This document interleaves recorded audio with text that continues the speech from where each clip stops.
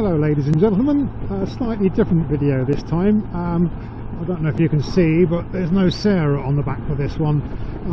Just me taking the Goldwing out for the first proper ride I've had on my own on it. The best I've done, the most I've done before now is just sort of a few miles around the block just to sort of get accustomed to the bike. This is the first time I've been out for more than a few miles. I'm just on the way from Mansfield in Nottinghamshire down to the middle of nowhere in Norfolk to visit my parents. Just a quick overnight visit. Got some family stuff to attend to, so I'm just going to go down there, stay overnight and then ride back tomorrow morning.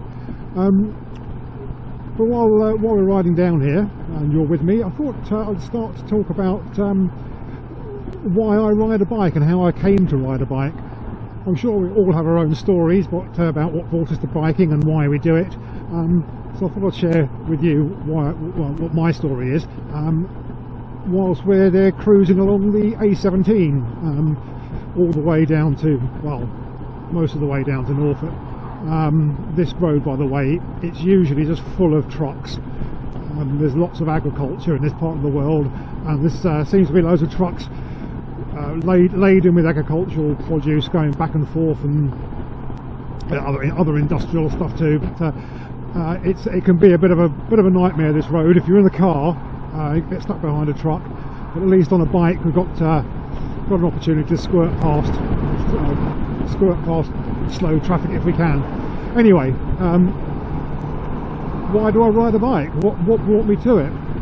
Before we get on to that though, I thought I'd show you where we are. This is Lincolnshire, just known for being flat and not a lot else.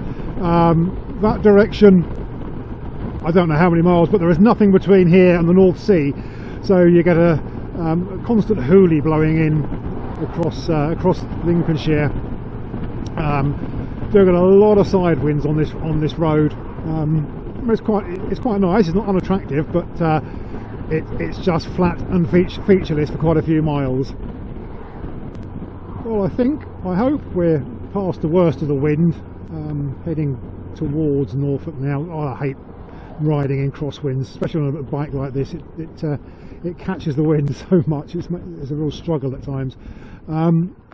Anyway, so where was it? The whole point of this conversation was about riding. It was all about riding bikes, wasn't it? Not wind in Lincolnshire. When I grew up in the 70s, there was no one around me that rode bikes. There was no one in my family, no neighbours or anything like that. So I didn't really, I wasn't exposed to a biking culture at all. And I suppose I grew up with the belief that that bikes are just bad things, dangerous and bad, and don't have them.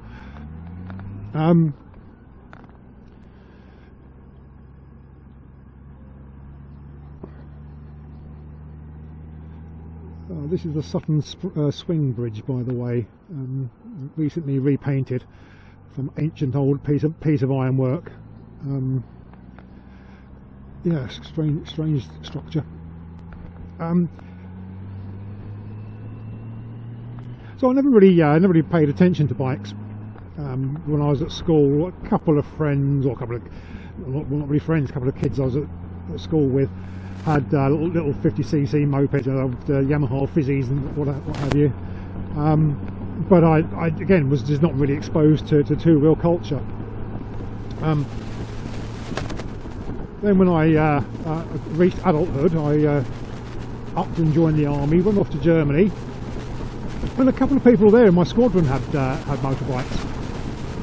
And looking back now, looking at how one of them used to pack his big old rucksack and jump on his, I think it was a Kawasaki ZZR 600 or something similar to that, a Kawasaki sports bike, and he'd pack up his rucksack and blast home across Germany and Holland and Belgium back to England, while I sort of packed up my Mark II Ford Escort and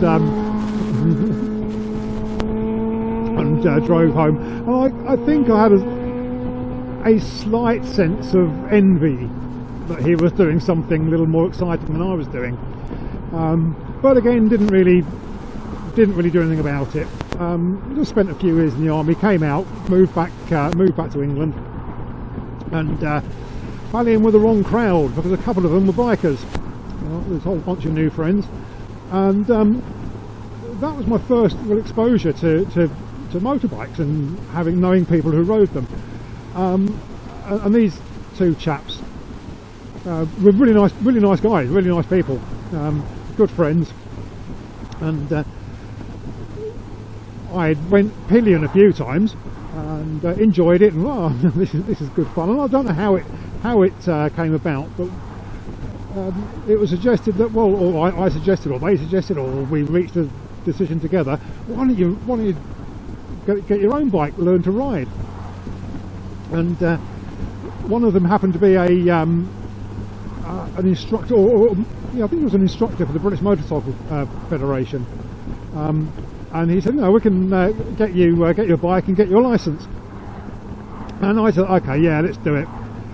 So the three of us looked around, and one of us found, probably one of the other two guys, found a Yamaha DT125R, second hand, not many miles on it, and it was affordable. I thought, okay, right. We went and looked at it, and bought it. Got it delivered home, and from then on I was learning to ride, and I was a little nervous at first, but these two lads, these two friends, just got me going, and really after half an hour riding around a closed car park one night, I thought, okay, yeah, I'm fine, I'm happy, this is what I want to do, and I had the confidence just to, okay, I can just I don't need close tuition all the time. I can just ride on the roads with my learner plates on, and sign up for a course run by the British Motorcycle Federation, BMF, every Sunday. It was a nominal fee. It was today, a couple of pounds for a couple of hours, what more, 2 or 3 hours of tuition every Sunday. The instructors were all volunteers,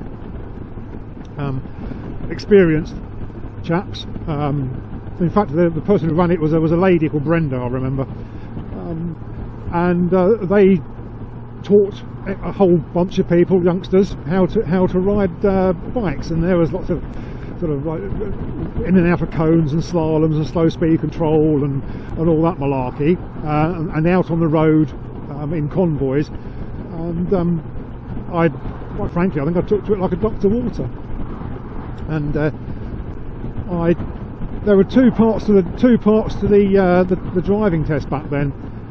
I think it's changed a bit now, I'm not sure, but the first part is slow speed control and cone work and slalom and blah blah blah. And then when you pass that, and then you concentrate more on the road stuff. So I passed the part one, went out, carrying on every Sunday, going out on the road with them, to learn more about the part two, and there was no rush to apply for a test or take a test. It was like, all in your own time when you feel ready for it. We'll tell you if we think you're ready for it, but if you're not ready, you just keep coming back for lessons each week. And it was several hours for just a couple of pounds. It was just superb value. Keep coming back until you're ready to take your test, and even then, once you're taking your test, if you want to still come back, please do. So anyway, I took the part two test, passed it, and I rode for a long time on that Yamaha DT125R. I didn't really have much need for anything else. I was using it mostly for commuting and going around to see friends and going into town and back, and I did a couple of longer journeys on it. Once sort of halfway around the M25 at night in the rain, which was fun. I don't think I'd have the confidence to do that now, but I did back then. And I had that bike for a little while, quite a while, and I rode. I remember my friend had a oh, what was it? It was a Yamaha TDR 250, the 250 two-stroke, and I rode that a couple of times and thought that was just the best thing ever. I mean, what a fun bike that was. Probably a little too small for me, but I loved it. I just loved it. The first time I rode it, my friend sent me on my way saying, just be careful of the power band. Keep your eye on it, and be aware that I think it was about 5,000 revs or something. The power band really kicks in, and I went charging off down the road, and came up behind I remember it quite clearly, a Ford Capri. Poodled along behind it for a little while, and there was a gap in the traffic coming on the way, and I just sort of kicked it down a gear and flew past this thing, front end rising up. I don't know how far it was off the ground. It felt like it was feet off the ground, but boy did it go. And then I just sort of glanced down at my mirror, and this Ford Capri was just a speck in the distance. Wow, that is fun.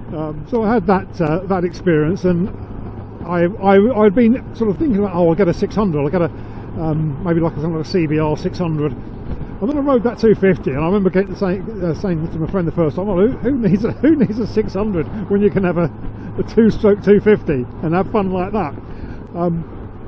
But as it was, I didn't do anything, didn't do either of those things. I just stuck with the 125. And one of the reasons I didn't do anything was, at the time I was saving to buy a house, and so every spare penny was going towards the deposit for the house. And then I bought a house, and the house I had was a typical sort of English terraced house, and it didn't have a front garden. The front door went straight out pretty much onto the road, so there was no off-road parking. And to be fair, the area I lived on, the town I moved to, wasn't the plushest of towns. It was all I could afford, and I was loath to keep a bike out on the road.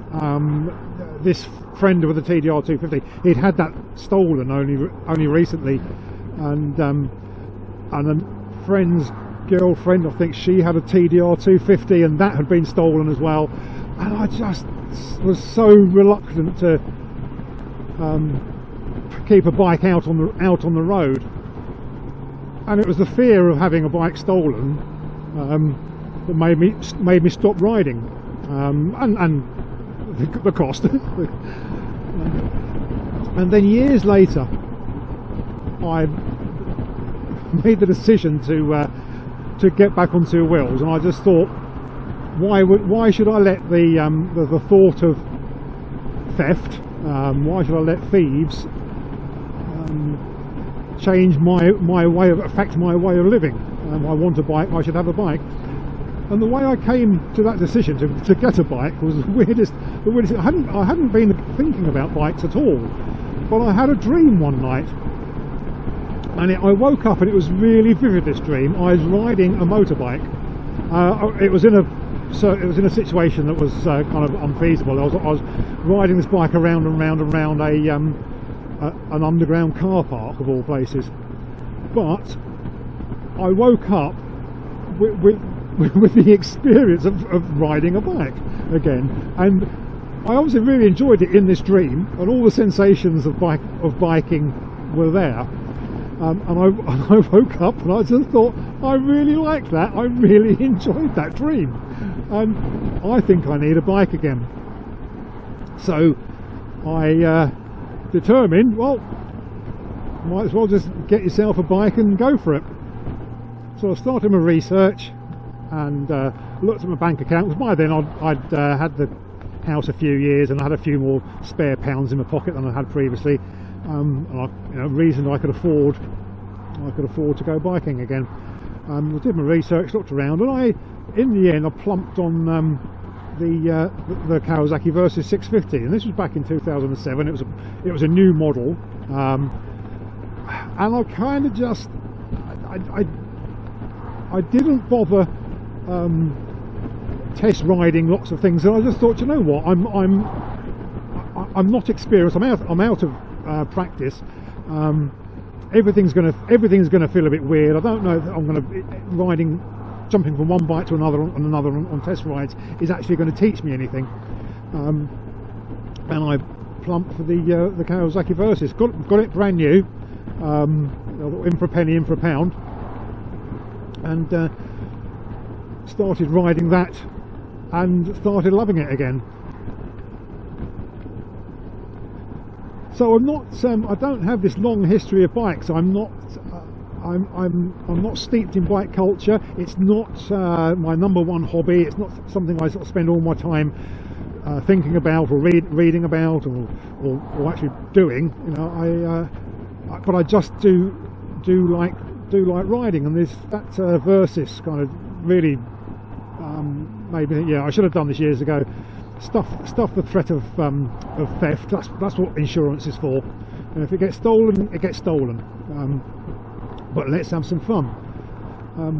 And I've had a lot of fun on that bike. I haven't ridden it a lot. So like I say, I'm not surrounded by two-wheel culture, so I don't have, never had loads of friends who are bikers. That I know some people have lots of friends who are bikers, and they go off riding every Saturday afternoon or Sunday morning or whatever. And I've never been surrounded by that culture. But I've always preferred riding to driving. So given a choice with that Kawasaki, if between four wheels and two wheels, I would choose the two wheels. So why do I like it? Why do I like being on two wheels? I think it is exhilarating. I find it exhilarating in all ways. It's kind of good exhilaration and bad exhilaration at times. So I like the directness of two wheels that you don't seem to get on four wheels. So the throttle responses, the brake feels, the feel of the road surface through your backside, and just I like being in contact with the world, and you get that on a bike. You know, you see things more clearly because there aren't pillars and roofs in the way. You can hear so much more because even though you've got a helmet on, you can still pick up sounds. I find pick up sounds clearer than if I'm sitting in the car maybe with a radio on or whatever. And it's just I just find it a more involving way of travelling. I like, even though I complained about it earlier, I like feeling the wind, and I like that you can experience getting wet, piss wet through. It's never nice at the time, but it's a kind of exhilaration of again being out amongst it all. And it's hard work, isn't it, biking? You've got to be thinking the whole time. You've got to be looking the whole time. It demands far more of you than driving. Driving, I think you can just get very kind of blasé and cocooned in your vehicle and just cruise along, out of touch with everything and not thinking. But you can't do that on a bike, and I like that. You know, I like that you have to make an effort to get somewhere. So going on a journey, like from home to my parents today, in the car, and I've done this many times in the car, it's just really get in the car at home and get out the car at mum and dad's. But on the bike, it's the journey is the experience, and actually pulling up into my parents' house it's a bit of an anticlimax, sort of a bit of a letdown. Oh, the journey's over. And I appreciate what two wheels gives like that. The downsides, of course, are particularly in modern Britain, appalling road surfaces. Right here, right now, it's quite a nice surface, but appalling road surfaces abound in the UK, and that's the bane of motorcyclists, isn't it? Poor surfaces. There are potholes everywhere and road surfaces breaking up. and it's a danger. It's just a damn danger. So no matter, at times, no matter how carefully you ride, how much roadcraft you exhibit, you can be caught out by something completely out of your control, particularly at night or in poorly lit roads. You just never know when the next hole or broken up surface is going to come your way. And the other downside I had previously was, I guess, well, just discomfort. The Versys is a lovely bike, and I find it's probably slightly on the small side for me. But after 100 miles or so, start to notice it in my hips and my crutch, in the thighs. But with two people on, it was just even worse. It was just an appalling experience for both of us. So two wheels can be uncomfortable, can't it? Unless you're riding a Goldwing, in which case it's just so darn comfy and so easy. So what of the future? Well, I think the future is white and the future is Goldwing shape. This bike has taken me quite by surprise, quite frankly, in the year and a bit we've owned it. It's a real pleasure. What a lovely machine. It's as much fun as I would want on a bike. I can still squirt it around and hustle it through bends and roundabouts and things. It's good. I've never felt the need to get my knee down or do anything crazy. But this bike allows me to have the fun I want to have, and yet I can do it all in supreme comfort. It is just such a lovely bike to ride. I've done this journey on the Kawasaki before, and it was fine on the way down. On the way back it started to get really really painful, but I know that tomorrow, riding back on this, it's forecast rain unfortunately, so it might be a little bit of a damp journey, but it's such a comfortable ride. It's such an easy ride. It's just so enjoyable. And as we've said before, Sarah and I, this bike means that Sarah and I can spend time on two wheels together, which wasn't going to happen otherwise. And when I left home to come down here today, Sarah said, "Oh, I wish I was coming with you. I wish I was jumping on and coming with you." As I get close to my destination, I want to thank you for listening to this ill-thought-out ramble. I just felt like sharing why I ride a bike, and also to reiterate, or just to make the point that I'm not an expert on anything, or I'm not an authority on anything. Just an ordinary bloke who has who learned to like bikes at a young age, but it's only really in middle age that I'm actually beginning to fully appreciate it and to get the miles under my belt.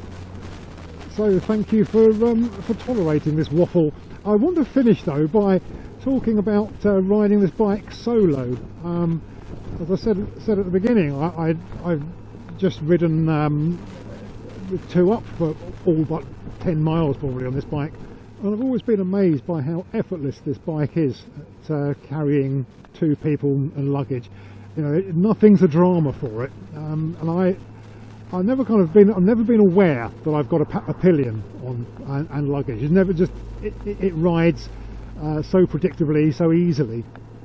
But I have to say, riding this ride today, one up, boy, it's got a new character. I'm not sure if it feels lighter. I don't feel like it's working less hard than it does with two people and luggage on. But boy, it feels more sort of nimble and agile, it really does feel like just a large motorcycle. I've had a really lovely ride down here today. It's a fairly dull road, but it's still been a really enjoyable ride. I'm just surprised how different the bike feels. I've been used to it with with both of us on it. Yeah, I love it. I love it one up. I can see why a lot of these guys, mostly in America, have got your YouTube channels. You just riding off on your own on it. Yeah, what a lot of fun. Anyway, thanks again for tolerating all this waffle, and we'll catch you later.